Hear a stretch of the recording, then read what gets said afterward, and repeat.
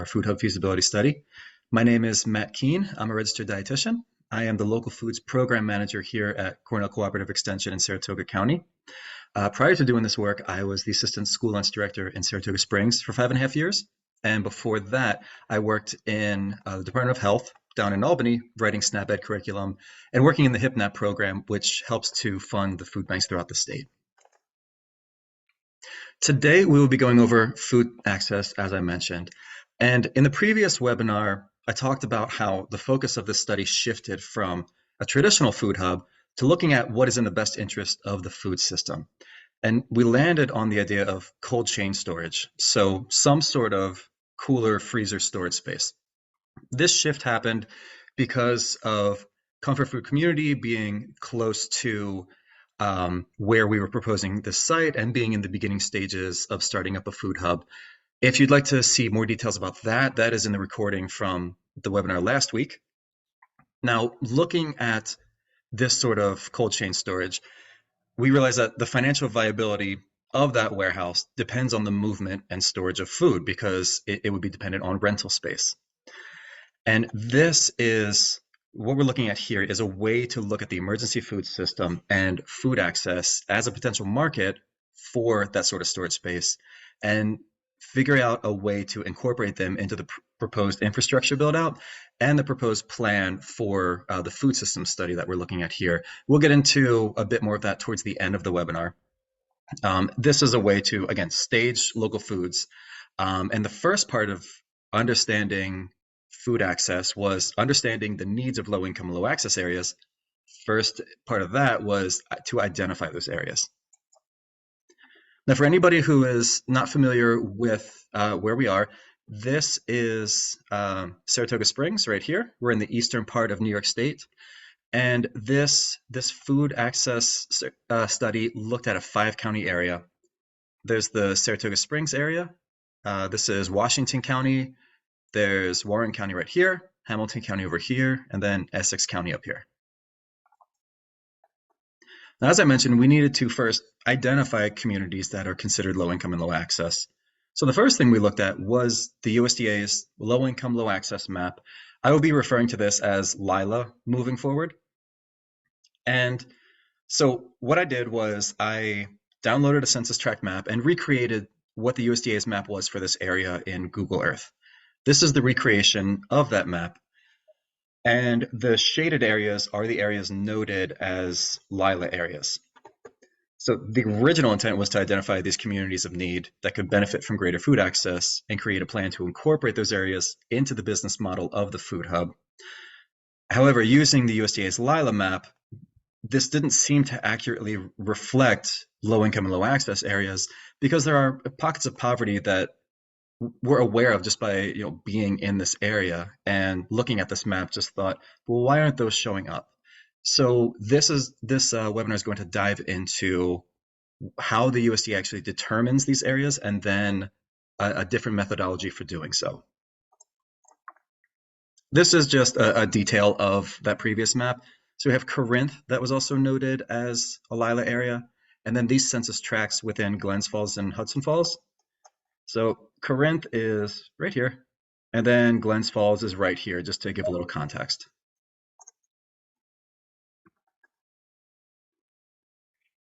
So what we're going to do in this webinar is look at how the USDA determines these areas. We're going to go through the LILA criteria, poverty guideline, and the supermarket definition. And then we're going to shift to new methods for identifying areas that were potentially overlooked by the criteria that the USDA uses. So the first part is the LILA criteria. The USDA has 3 that were noted in this 5-county area that we are studying. And the first is LILA at 1 in 10 miles. What that means is that if you have a community that's considered low income, the USDA then looks at, well, what grocery stores are nearby? And if the grocery stores nearby are further than 1 mile for urban areas or 10 miles for rural areas, then that census tract will now pop up as a LILA area. There's also a half-mile and 10-mile distinction, and one that's noted as vehicle access. This is where the community has access to food, but they do not have reliable access to transportation. How a community actually, when you look at the census tract, how they actually qualify is from the USDA's literature. They say that a significant number, at least 500 people, or share at least 1/3 of residents is more than the designated distance from the nearest supermarket or large grocery store. So if 500 people or a third of the population within any census tract that qualifies as low income is further than 1 mile, half mile, or 10 miles away from the nearest grocery store, then that part of the population would be considered low access, and then that census tract would qualify. To actually be considered low income, a census tract has to have a poverty rate of 20% or greater. So they use the poverty threshold to determine that, and we'll be getting into that in a couple slides as well. There were some criteria not considered for this. There's Lila at 1 and 20 miles. That did not show up for this study area, so we just omitted that.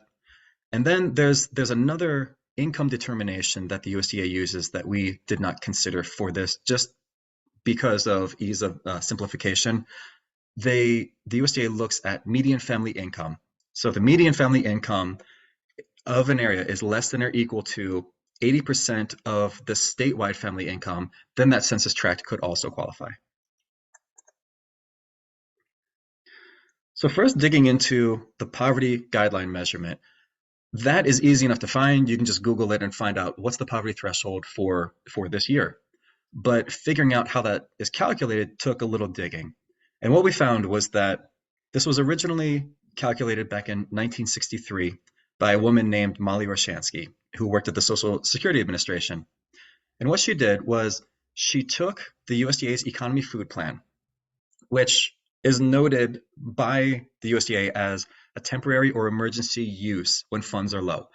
This was never meant to be a permanent way to actually, or excuse me, a permanent dollar value that a family could use to actually buy their food. This was if there's some sort of extra financial burden, somebody loses a job, kind of the minimum amount that you need to survive. So that's the number that she used.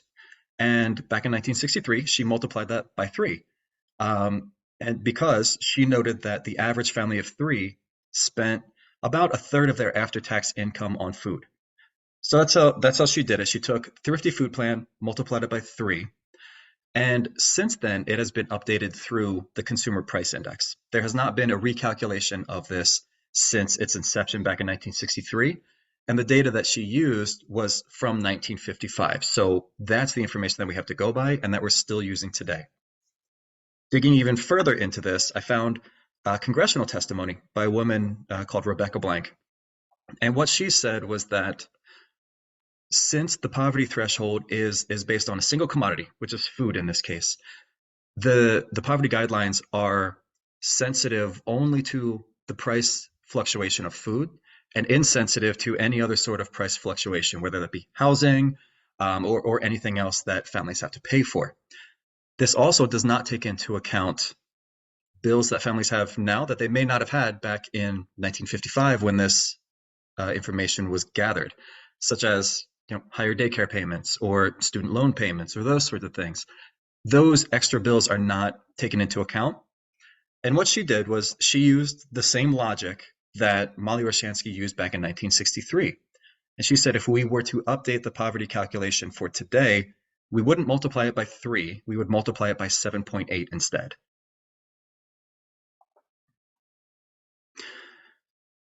The Economy Food Plan is called the Thrifty Food Plan today. And I just want to point out some limitations with this as well, and the picture that it paints versus the actual reality of it. The first here is this number right here, $4,278. That is the maximum monthly income a family of 4 can make and still qualify for SNAP. In New York State, that is 185% of the poverty level. $939 is the maximum SNAP benefits available to somebody in New York State.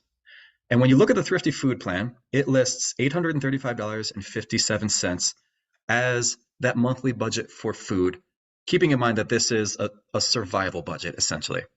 That's about 20% of the gross income if you are a family that qualified for SNAP at the highest income level. On the surface, the maximum SNAP benefits allowed looks like it would cover the Thrifty Food Plan and then some. So theoretically, that's a good number to have because you can cover your food costs and hopefully still have a little bit left over besides. But when we look at the average meal cost in New York State, and this is taken from Map the Meal Gap, it comes to $3.78. If you apply that number to a family of four, so 12 meals per day, three meals, four people, 12 meals per day, times 30 days in a month, you get a monthly food budget of $1,360. So the maximum SNAP benefits, which paint the rosiest picture here because you're looking at a family who makes the absolute maximum you can make and is getting the absolute maximum SNAP benefits. That's the best case scenario. The maximum SNAP benefits cover the Thrifty Food Plan, but they only cover 69% of the average food cost in New York State, which means that that family would still have $421 of out-of-pocket expenses, which would be 10% of their gross income, even after accounting for those SNAP benefits. So what we did for purposes of this study was try to do an updated poverty calculation based on that congressional testimony from Rebecca Blank. I took the 2022 poverty threshold for family four, which is $27,750. And what I did was I divided that by 3 because initially you multiplied the Thrifty Food Plan by 3. So we're dividing it by 3 just to get back to that original number. And then we multiply that by 7.8, which gets us to a dollar value, an annual income of $72,000. Just to double check the math, I took the actual Thrifty Food Plan that was listed for 2022, which is $835.57 per month. Multiplied that by 12 to get the annual food budget, and then multiply that by 7.8, and you get an annual income of $78,000.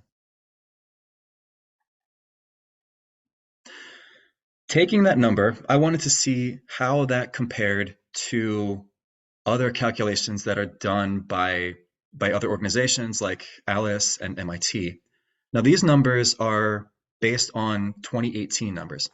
So that same calculation that I mentioned in the previous slide, I used that just on the 2018 numbers for poverty.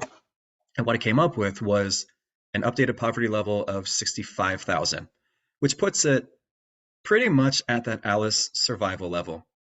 And if anybody has ever used those sorts of guidelines or the map that is provided through ALICE, you can see that it's based on county. We took this and we applied it to different geographic areas, and before we knew that this is how those numbers matched up, and realized that we accidentally created a census tract level and zip code level ALICE map to determine these poverty guidelines. So that's how the USDA determines poverty, and that's a bit of an updated calculation for poverty. The next part of it is, once the USDA figures out, does the census tract qualify as low income, well then where are the supermarkets? And there's certain criteria that the USDA uses to make an actual determination on a supermarket. The first thing that they use is they look at the TD Links directory of stores. This is a proprietary map that they pay for and then they have access to. They take that map and then they also take what's called the STARS map. This is essentially a map of stores that accept SNAP. They combine the two maps and create a comprehensive map, and then they overlay that on top of that poverty map, the low income map, just to see, okay, here are the census tracts that popped up as low income. Now, where are the supermarkets in relation to those, and does this community actually qualify as low access? There are some potential issues with using that STARS map because to actually qualify to accept SNAP, there are certain minimum qualifications.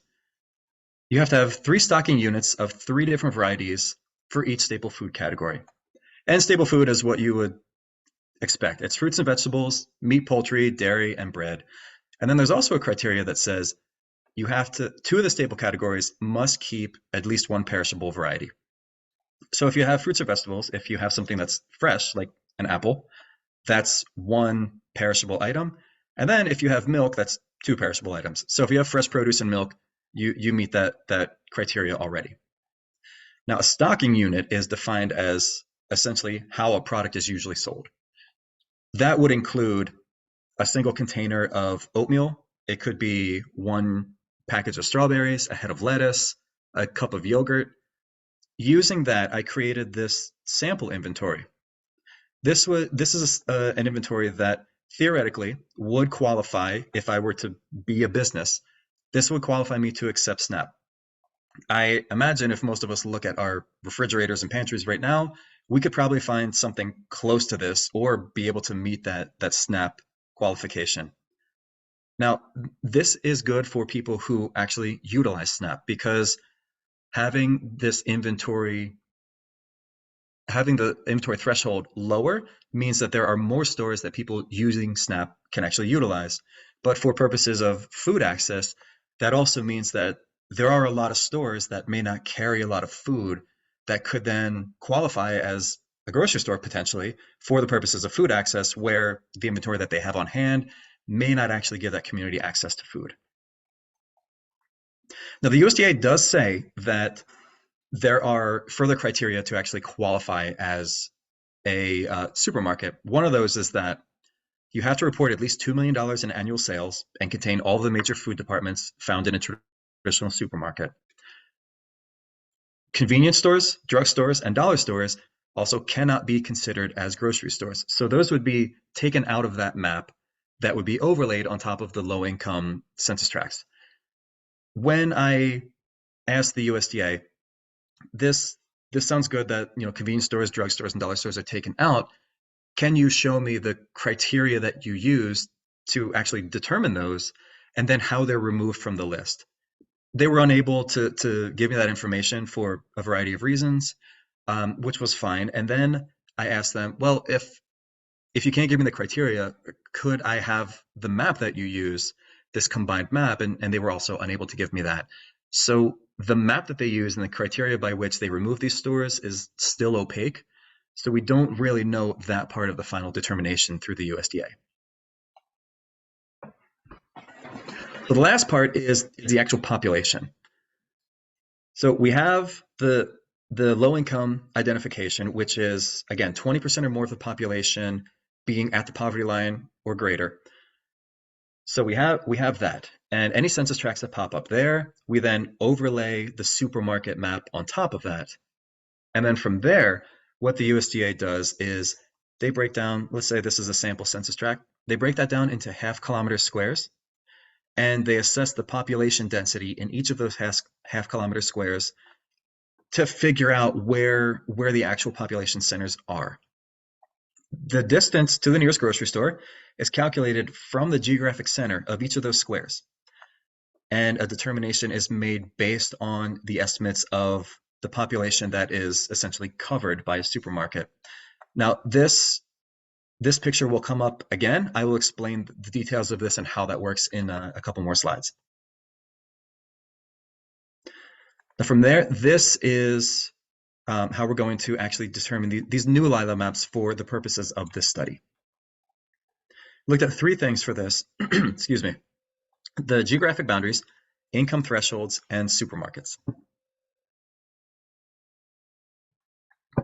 Now, as I mentioned, USDA uses census tracts as their borders to determine what qualifies as low income and low access. That works well in urban areas because census tracts tend to be the smallest geographic unit. But once you get out into rural areas, the census tracts tend to be the largest geographic unit and could potentially overlook pockets of poverty that would be identified if we were using smaller geographic boundaries. And to illustrate this, this is a census tract right here in Glens Falls. It's one of 5 that make up Glens Falls, which is a town of about 20,000, maybe 25,000 people. This census tract is about a quarter mile square and has a population of 2,100 people.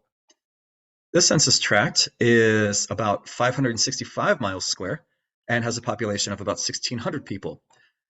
Where the population here is more concentrated and you can get a better idea of these pockets of communities within a town, here you're having entire towns that are encompassed, multiple entire towns that are encompassed within one census tract, which means if a few of these towns are a bit higher income, they might theoretically raise the average income level to the point where the entire census tract just wouldn't even qualify as low income and therefore never have a chance to qualify as low access. Now, the new methodology that we're looking at here uses census tract, zip code, and town boundaries, and then applies these criteria to each of those geographic areas just to kind of see what pops up in one versus another. Now, the income thresholds for this new methodology, there were 4 different ones that were used. We used the poverty level, which again is $27,750. We also used 125% of poverty. The SNAP cutoff, the income threshold cutoff federally is 130%. The census data had 125% in there, but not 130. So that is used as a stand-in for the federal cutoff for SNAP. We also used 185% of poverty because this is the income threshold cutoff for SNAP in New York State. Each state does it a little bit differently, but 130% is the minimum that you can use. This also is important because it's the income cutoff for reduced lunch, and especially important because, so far as I could find, this is the highest income level noted by the federal government as being too little money to be able to afford everything that somebody would need to actually sustain themselves. And the last one is 250% of poverty. This is the updated poverty calculation, which comes to about $70,000 or so. The calculation actually came to 262% of poverty, but I rounded down for purposes of just doing very simple math. Census data does not actually provide 250%. It provides 200 and 300%. So what I did was I just took those two and averaged them. Again, for estimate purposes, this is not an accurate measurement because in any given census tract or zip code or whatever, the majority of that population could be closer to the 200% or the 300% threshold. So again, this is just a way to figure out if the idea of using different geographic boundaries actually pulls up more communities than just using census tracts. And the last one is supermarket. I categorized supermarkets into 4 different categories. The first one is box stores, Walmart, Costco, Target, those sorts of things. And then regular supermarkets like Hannaford, Price Chopper, for anybody listening on the West Coast, something like Kroger. Small grocery stores, these would be more of the local grocery stores like bodegas or the ones that are out in rural areas that are a bit of like a general store and grocery store combined in one. And then the 4th category is upscale grocery stores. And this is basically just stores known to be more expensive. And these are only known to be more expensive from personal experience, from having walked into those stores and realized, oh, wow, this is a lot more expensive here than it is at the supermarket. We'll talk about that a little bit more towards the end in the further discussion aspect of this. Now, the way we found the grocery stores was by doing a Google Maps search for grocery stores and looking at the entire 5-county region. There are databases that contain these grocery stores, but within them, they also contain any entity that utilizes or serves food. So every liquor store, every bar, every restaurant, everybody that uses food was in that list for the entire state. That was too cumbersome to actually comb through. So instead, we did this Google Map search, and where we were unsure about some areas, we contacted people who know the area, some colleagues of ours, just to see, like, are there grocery stores that we're missing? Can you look this over? So we got a comprehensive picture from that. And then from there, after we plotted the grocery stores, we drew a half-mile circle, which is the orange one, a 1-mile circle, which is the green, and then a 10-mile circle, which you can't see here. And how this works is, for this census tract right here, Hudson Falls, so this one clearly showed up as a low-income census tract. And then you put that supermarket overlay, which would be these 3 stores right here. These are the only ones in this area. And if you look at these half-mile circles, you can see this doesn't touch the census tract at all, nor does this one. None of them touch it. So because there's a grocery store further than a half-mile from the entirety of the population, this one qualifies as low income and low access at that half-mile distinction. So the half-mile is colored in orange, the 1 mile is colored in green. This 1 mile circle right here, coming from Market 32, this would apparently cover enough of the population to the point where this census tract would not qualify as a 1 mile distinction simply because there has to be enough people within here to disqualify that distinction.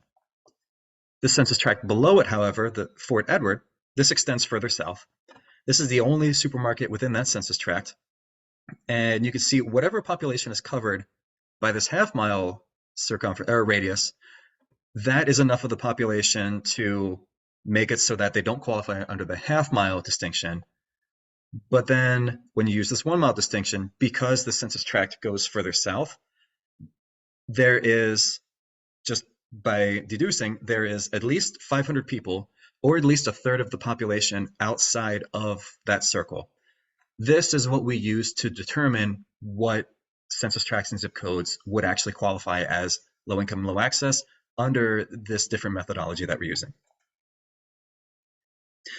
Now, as I mentioned, I created maps for this. So I downloaded census tract, zip code, and town boundary level maps, and then applied these different income thresholds to them using census data to find out, first off, which ones would actually show up when I use these different criteria. This is the legend that I used. Now, keeping in mind that for a census tract or any other geographic distinction to show up, it needs to be at least 20% of the population. And then from there, just to make it a little bit more familiar, this essentially copies the weather map. So, red and purple, worst storm, red and purple here, higher percentage of the population in poverty. So the census tract, the zip code, and then the combined map. And you can see applying the different geographic boundaries brought up different communities that, for whatever reason, did not show up when you just looked at census tracts. Then we looked at 125% of poverty, which is, again, close enough to the income cutoff for SNAP on a federal basis. So you have the census tracts, zip code, town boundary, and then the combined map. And again, you can see some of these overlap, but also these different geographic boundary distinctions are bringing up different communities. The 185% of poverty is where we first used 25% or more of the population at or below that income threshold. And we did that because we knew as the income level increased, you would capture a larger percent of the population. So to try to balance things out, we increased the qualifying criteria here to being at least 25% of the population instead of 20. So we have zip code, or excuse me, census tract, zip code, town boundary, and then the combined map. And then the same thing here for the 250% of poverty, which is, again, that updated poverty threshold. There's census tract, zip code, town boundary, and then combined. The last thing I want to show with these maps is the very first one we looked at. This is the combined poverty level map, what the federal government considers the poverty level, compared to the updated poverty level map. Now you can see how many of these communities within this 5-county region would at least be considered for low income and low access if we use the updated poverty level versus the current poverty level. That's not to say that these would be considered low access, because you would still have to overlay the supermarket map on top of that. But these are the communities that would at least be considered for that. Whereas using the current poverty threshold, you can see that so few communities show up under that. Now, these maps will be available for public use this fall. There are many more layers to these maps and of the food system incorporated into these maps than what is shown here. And these layers will be interactive so that you can turn them on and off, depending on what the mission and goals of your organization are. So you can kind of overlay these different data to get a better picture of whatever community you're working in. Now, as I mentioned, this was a way to see if there were overlooked pockets of poverty from census tract to zip code or any other geographic distinction. And I'll illustrate that through this. This is 250% of poverty.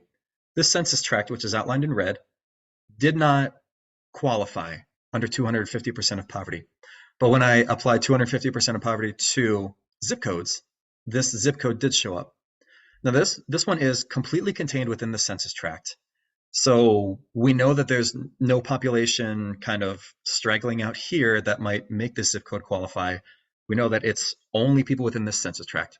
And what this suggests is that whatever the income level is of people in this area that did not qualify is high enough to the point where it raised the average income level so that the entire census tract now does not qualify, which means it would never be considered for low access. Now, when we look at this is not a big population. This zip code is about 200 people. The total census tract is about 1,000 people. But you're talking about 20% of the population that if all we did was change the boundaries by which we use these income thresholds, they would be identified for potential low income, low access. And that comes along with other benefits through the federal government and other things that these communities might qualify for. This could also be used to refine the census tracts that do pop up. So this is one that did qualify under whatever the threshold is here. But then if you look at the zip code level, again, all of these are completely contained within the census tract. So you know there's no population outside that might be low income that's affecting the population inside the census tract. What you can see is, well, if you look at this and say, where do I want to focus my efforts? Well, when you look at the zip code level map, you can see that this community right here, this zip code, has a lower percentage of the population under that income level than these two in purple.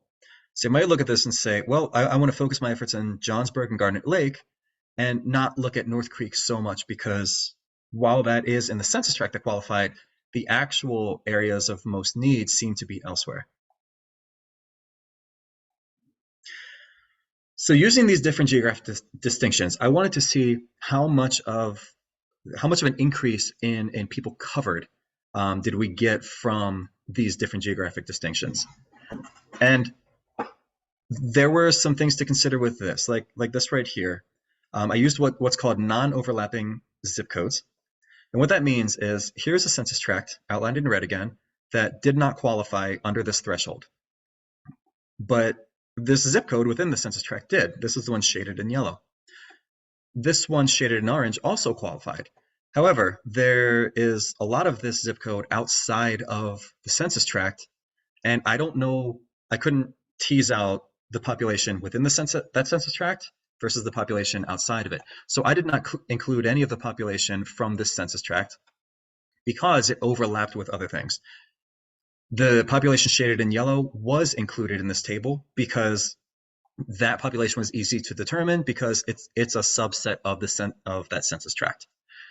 So just looking at that, again, not a clear picture, but just an estimate. If you look at the poverty level, there were zip codes that showed up where they didn't under the census tract. And what you saw was an 18% increase in the population that would be covered. If you go to 125% of poverty, there was between the town boundaries, the non-overlapping town boundaries and zip codes, that's about 3,700 people extra, and about a 38% increase if you were to just look at the census tracts. Now, as expected, as the income levels increase, we expected that percentage to decrease, and that's what we see here. 185% of poverty, there's a 3% increase. 250% of poverty, you only see a 1% increase. So as that income level increases and it captures more people, it's going to capture more people across those borders as well. So there aren't going to be as many non-overlapping geographic distinctions as before. From that information, this is the new LILA map that was created. And this combines census tracts and zip codes and town boundaries. And this is looking at 250% of poverty, and then the census tracts that qualified as low access as well. So you see there are more down here. There's some in Saratoga Springs. There's more in Glens Falls and out here in Hamilton and Essex County, and then Lake Placid. And what you might notice is that there are census tracts that qualified under that USDA map in the beginning that don't show up here. My assumption for that is those were probably census tracts that qualified under the 80% of median income threshold. Either that or there are supermarkets that maybe I used here that don't actually qualify as supermarkets, so then they would be taken out of that food access piece. Now, This still looks a little sparse, but it looks like it captures more communities. These were only the ones that I was able to determine with pretty good certainty. However, there were questionable areas. There were 29 census tracts, 22 zip codes, and 16 town boundaries that I was unable to make a determination on. Now, there's a data set that will be available to everybody that identifies each of these census tract zip codes and town boundaries and what issues there were, what noted issues there were to not being able to qualify under these new LILA maps. And I'll go over what those issues were right here. So the first one is a geographic gap. The distance to a grocery store is by how the crow flies. It's not an actual drive time. It's not actual drive distance. So looking at this zip code that qualified as low income, these are the supermarkets that it has access to. Walmart, Tops, and then Green Mountain here. Now, for illustration purposes, let's just say Green Mountain was not here, so this line is gone. Tops here covers this part of that population. However, this is Lake George in between. This lake is 32 miles long, and it has no bridges. So for this community to actually access the store, they'd have to drive the entire way around the southern part of the lake, back up the lake, and then come back this way to get back to their home. So then the question becomes, does this grocery store count, even though it covers that population by how the crow flies? Another questionable area was, is it urban or rural? So you see, this is an area where it looks like it could be a mix of both. There are some tendrils here that kind of get close to Saratoga Springs, and this area right here might be considered urban, but then this area out here might be considered rural. So what is the percentage of the population that lives here? How is that urban or rural determination made? I did find documentation about that, but it's confusing to say the least, and difficult to actually sift through to figure out what zip code is actually urban, what census tract is actually rural. And the reason this matters is if you look at Price Chopper and Target down here, these are the grocery stores that are in that area. If you use the 1 mile distinction, which applies only to urban areas, you see it only covers that tiny little corner. I imagine that's not enough of the population to actually be considered food access. So then if this is considered an urban area, then this would actually show up. This would actually show up as low income and low access because not enough of the population is covered. However, if it's considered a rural tract, then we use these lines out here, which obviously cover the entirety of the population. So then that population would be looked at as having food access and would never show up on the map. The next one is, what's the population covered? So here we have Hannaford, and this is another census tract that popped up as low income. And what we have to figure out here is, okay, you have roughly half of it covered by this half-mile circle. All of it is covered by the 1 mile circle, so you know it wouldn't qualify under the 1 mile distinction. But the half-mile distinction is a toss-up. Now, is this residential? Is this commercial? Is this industrial? I don't know what this is zoned as, nor do I know the population that's in here. If there are 500 people or a third of the population outside of that circle, then it would qualify. But just by looking at the map, that's impossible to determine. We'd have to have access to that half-kilometer map that the USDA uses. And the last one is grocery store designation. There are seasonal grocery stores out in some of the rural areas in the Adirondack Park and elsewhere, where they're only open for 4 months out of the year. Now the question is, do those actually count? Because the population who lives there year-round still needs to be able to access food. So how do those count? And beyond that, these smaller stores, Northern Born, and then, well, you can't see it here, but it's Khalil's Grocery down here. The question there is, do they gross enough revenue to be considered a grocery store by the USDA? Because they have to bring in at least $2 million. If they don't bring in $2 million, then that grocery store would never show up on the USDA's grocery store overlay. Now, keeping in mind that these are questions for how the USDA looks at food access, but other organizations can utilize this method and apply it to their own area. But knowing that this is just the starting point for on-the-ground work, because to know the food access issues within a community requires actually being in the community. this broad general method for determining food access is a good starting point, but it also misses the nuance of individual areas and actually what's going on in those areas. So this is a starting point, but then moving from here would be the on the ground work of doing the actual food access work. Oh, and like with any research, usually by the time you're done, you have more questions than you have answers. And I will be going through some of those questions now for discussion and then also potential areas for further research. The first one is distance to the grocery store. I don't know why half mile, 1 mile, and 10-mile distinctions are used. Are they supposed to be a stand-in for travel time? If that's the case, should we actually be looking at actual travel time instead of just what the distance is? Um, because really, if we're using that, I understand why 10 miles in rural areas, because urban and rural areas really have the same issue with food access, if you want to look at it that way, which is time. How long does it take you to get to the store? How long does it take you to get back? In urban areas, grocery stores are closer, but they may take longer to get to because of traffic or lights or slow public transportation. In rural areas, they're further away and take longer to get to just because of the distance. The other thing to consider with this is food safety. So if you're utilizing public transit, let's say, and it takes you 40 minutes to get to the grocery store. You get to the grocery store, you gather your cold items, your frozen items, you're walking around the grocery store with a little bit with those items in your cart. And then from there, you have to walk back to the bus stop, and that's another 40 minutes to your bus stop, and then you have to walk home. So those cold and frozen items potentially could have been out for an hour or 2 hours before they get back into refrigeration. So there are potential food safety concerns with this commute time. The next one is the income level of people within the circle. As I mentioned in that slide, a couple slides back, is 66% of the population covered high income or low income? If we're actually trying to consider food access, we shouldn't just look at the percentage of the population that's covered, but what is the income level of the percentage of the population that's covered? Because you could say, well, okay, 66% of the population has access to food. That's great. Well, the 33% that don't could be the ones who need it the most. That might be the actual low income population that is not being captured in this.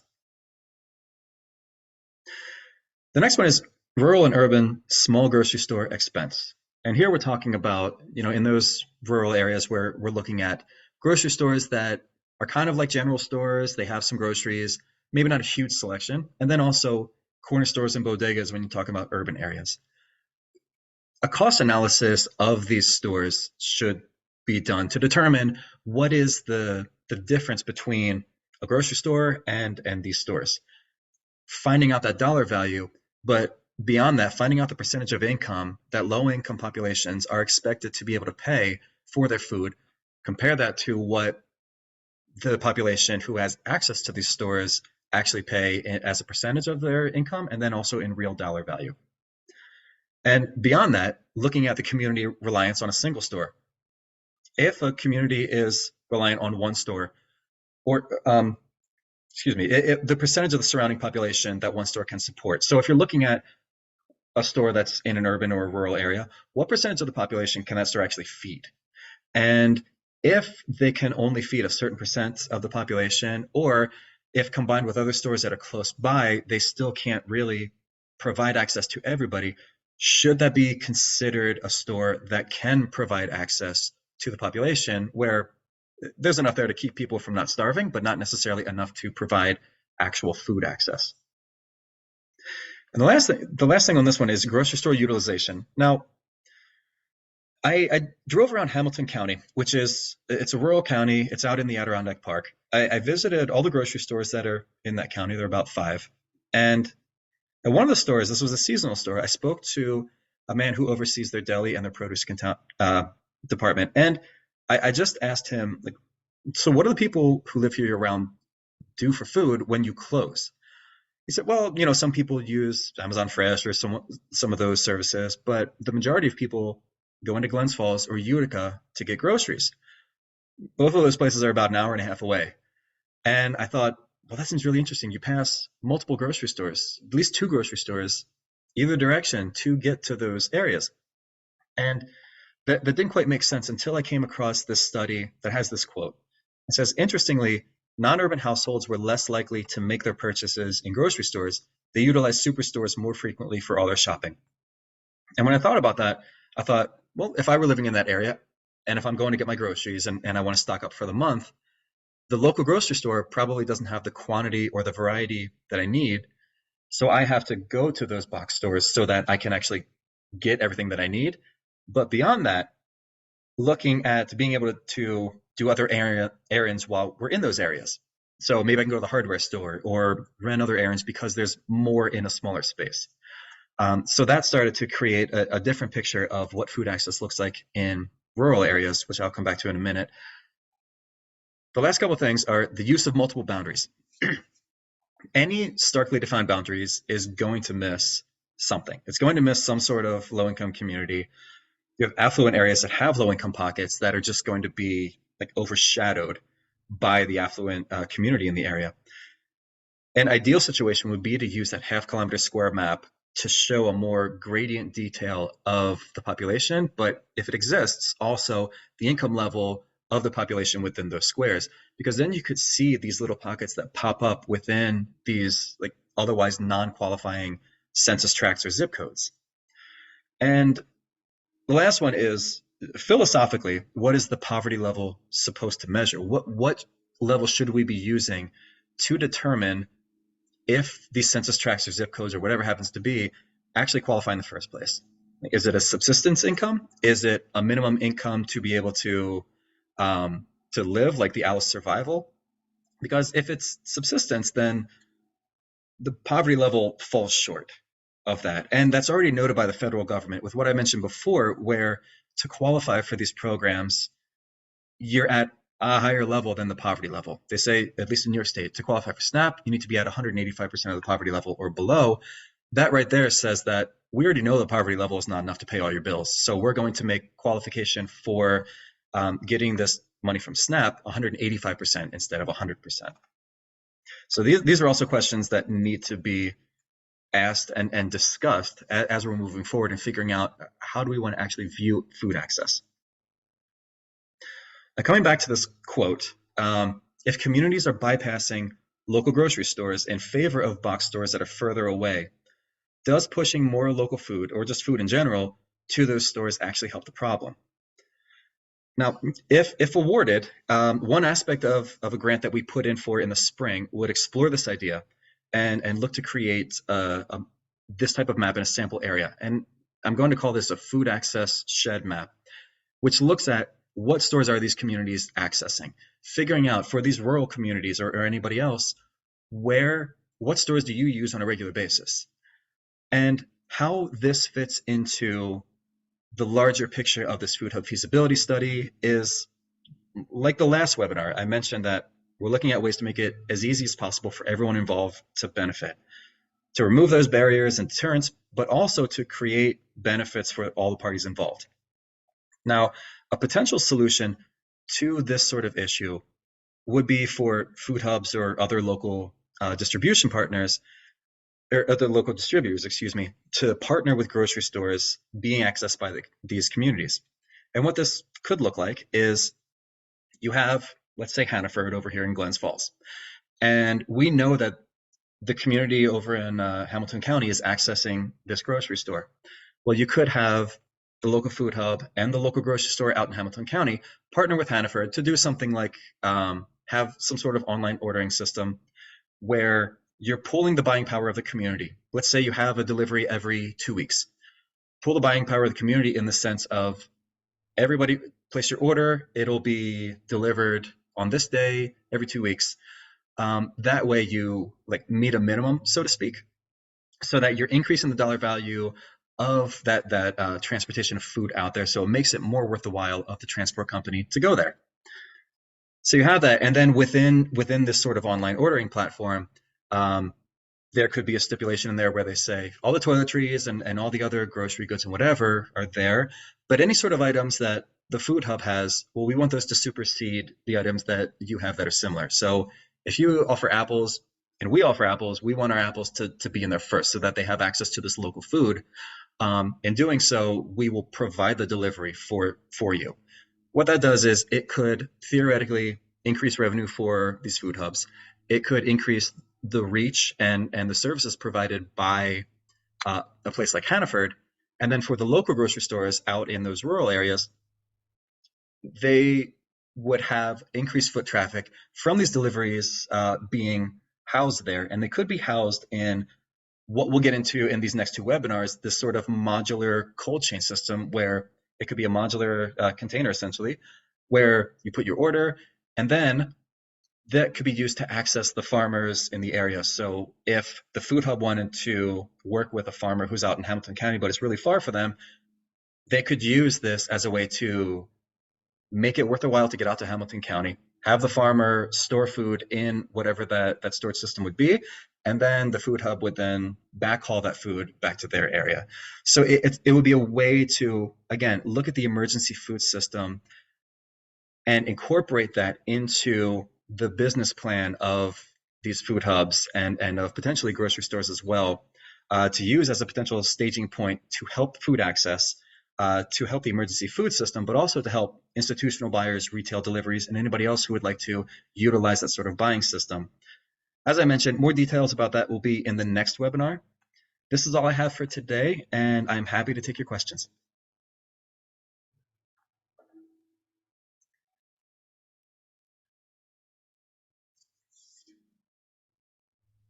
Is there anything in the chat, Nicolina?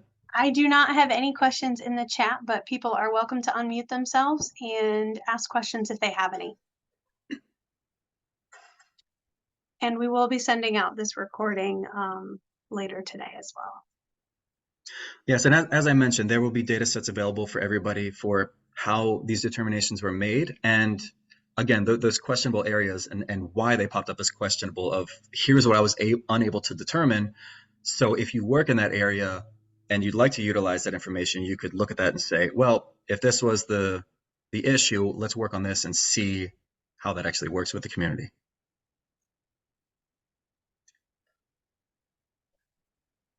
I don't believe there are no questions. Somebody has to have a question.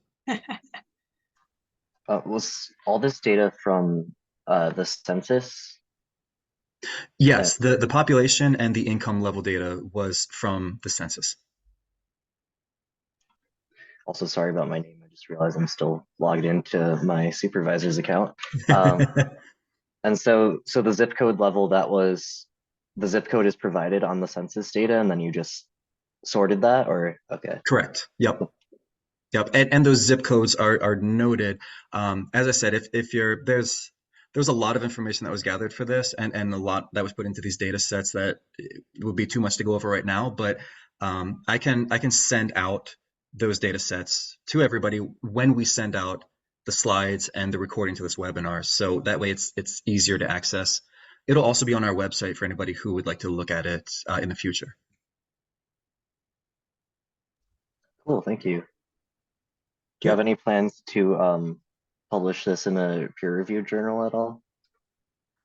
There's no plan for a peer-reviewed journal, but we are working on a report, like a final report of this that it encompasses all the aspects and goes into more detail of all these aspects that we cover in the webinars. It will be available come the fall. We're still working at that and gathering some a bit more data to get to all these details. Cool, great, thank you. Sure. Anyone else?